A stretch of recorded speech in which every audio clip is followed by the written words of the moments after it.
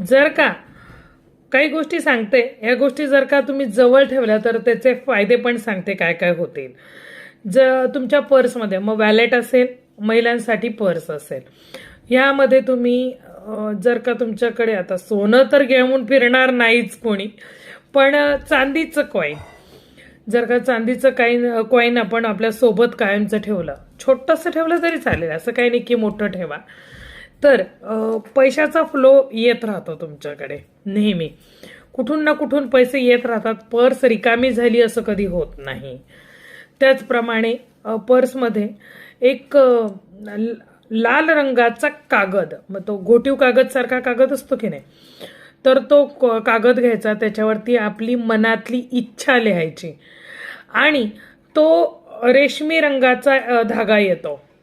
टेलरिंगच्या कुठच्याही दुकानामध्ये, मटेरियलच्या दुकानात गेलात की लाल रंगाचा रेशमी धागा घेऊन यायचा, सिल्कचा धागा म्हणतात त्याला. त्या धाग्याने तो कागद बांधायचा आणि तो आपल्या पर्समध्ये ठेवायचा. ह्यानी सुद्धा तुमची मनातली इच्छा लवकरात लवकर पूर्ण व्हायला मदत होते.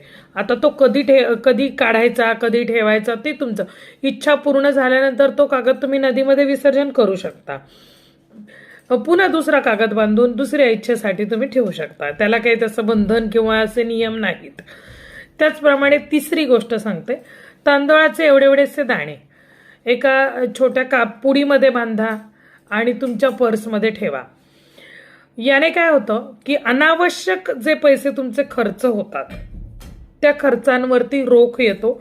पैसा तुमच्या पर्समध्ये किंवा तुमचे अनावश्यक खर्च टाळायला लागतात, पैसा तुमच्याकडे सेव्ह व्हायला लागतो. तर असे हे छोटे 3 उपाय तुम्हाला मी आता दिलेत पर्समध्ये ठेवण्याच्या गोष्टी. तर याने तुमची पर्स रिकामी राहणार नाही आणि तुमच्याकडे नेहमीच पैशाचा कुठून ना कुठे एक फ्लो, एक मार्ग तो चालू राहील तुम्हाला. तर उपाय कसा वाटला जरूर कळवा आणि कुठून बघताय हे सुद्धा सांगा.